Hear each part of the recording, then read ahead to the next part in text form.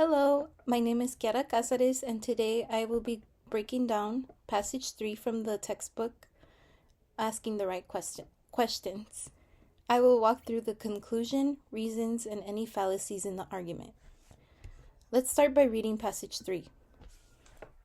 Passage 3 starts off with Bill, and he says, countries that harbor terrorists who want to destroy the United States must be considered enemies of the United States. Any country that does not relinquish terrorists to the American justice system is clearly on the side of terrorists.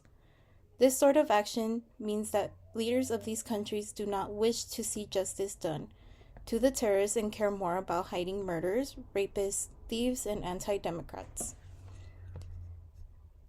And then we switch to the other person in the conversation, whose name is Taylor, and she says, that's exactly the kind of argument that I would expect from someone who has relatives who have worked for the CIA, but it seems to me that once you start labeling countries that disagree with America on policy as enemies, then eventually almost all countries will be considered our enemies, and we will be left with no allies.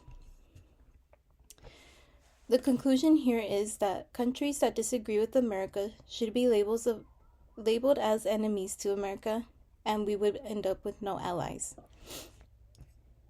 The key point from this conversation is that one person's opinion could always lead to some type of manipulation and misinformation. The reasons supporting this conclusion is that Bill emphasizes on terrorism to attract attention to the negative. This makes people believe that crime and terrorism is more widespread than it really is. In reality, as pointed out by Taylor, Bill had not had much knowledge about terrorism, and it seems that he is only repeating stories. There are a few fallacies in this argument. The first one is hasty generalization. Taylor assumes that Bill's knowledge on crime was passed down from stories, which isn't specified if it was true or not. The second one was appeal to emotion.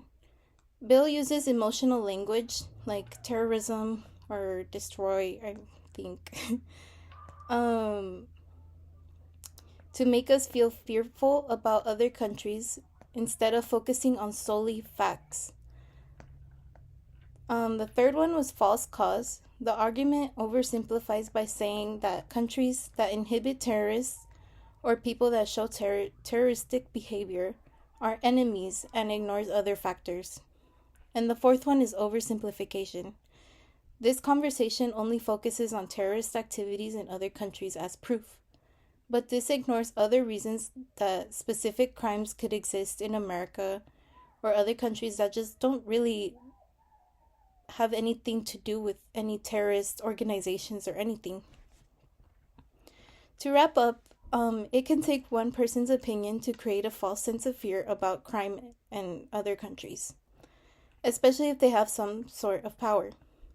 Interviewing one person and their harsh opinions over other countries and their people can create a false sense of danger and hatred towards those countries, even if they don't show any signs of terroristic actions.